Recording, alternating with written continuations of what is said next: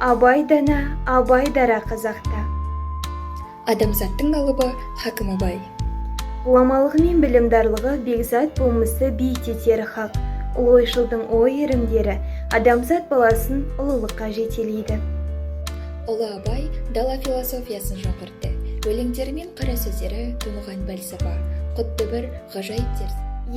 Тереңге бойлайтын тұңғиық жырлары, таңдаулы туындылары, ақын Абайдың кемеңгерлігінің қайнар бұлағы іспеттес.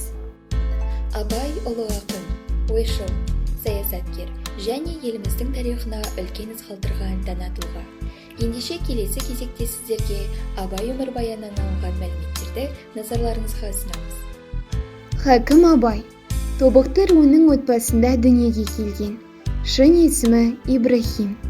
Ол 170-ке жуық өлеңнің авторы. Сонымен қатар орыстың ұлы ақындарының шығармаларын қазақ тіліне аударып, ел сүйіспеншілігіне бөленген. 1886 жылға дейін өз шығармаларын Көкбай Жанатайұлы деген атпен жазған. Бұл адам Абайдың жақын досы, әрі шәкірті болған. Жалпылай алып қарағанда, Абай Құнанбаев қазақ әдебиетіне бұрын белгісіз леп сыйлап, жаңа поэтикалық формаларды енгізген. Осымен қорытындылай келе айтарымыз, біз Абай атамызбен мақтанамыз, марқаямыз, шаттанамыз. Абай мәңгілік нұрдың елшісі.